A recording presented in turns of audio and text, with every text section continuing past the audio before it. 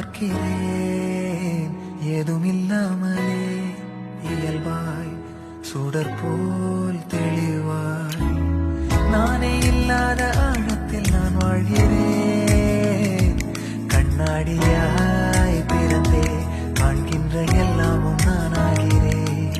இரு காலின் இடையிலே உரசும் பூனையாய் வாழ்க்கை போதும் அடடா எதிர்கா